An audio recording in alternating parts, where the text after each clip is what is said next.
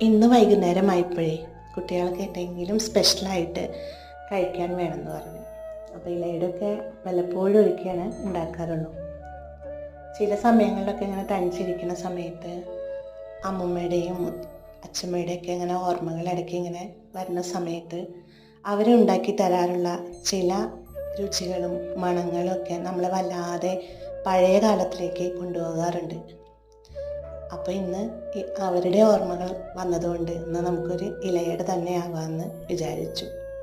കുറച്ച് ഇലയും കുറച്ച് അരിപ്പൊടി കുറച്ച് നാളികേരം ഒക്കെ ഉണ്ടെങ്കിൽ നമുക്ക് പെട്ടെന്ന് തന്നെ ഉണ്ടാക്കിയെടുക്കാവുന്നതാണ് ഇലയിൽ പതുക്കെ പരത്തിയെടുത്ത് അതിലേക്ക് കുറച്ച് നാളികേരവും പഞ്ചസാരയും ഇട്ടതിന് ശേഷം നന്നായി നമുക്കിത് ചുട്ടെടുക്കാം. അല്ലെങ്കിൽ ഇഡ്ഡലിയുടെ പാത്രത്തിൽ വെച്ചിട്ടായാലും പുഴുങ്ങിയെടുത്താലും മതി. പക്ഷേ എനിക്കിതിൻ്റെ സ്വാദാണ് കൂടുതലിഷ്ടം.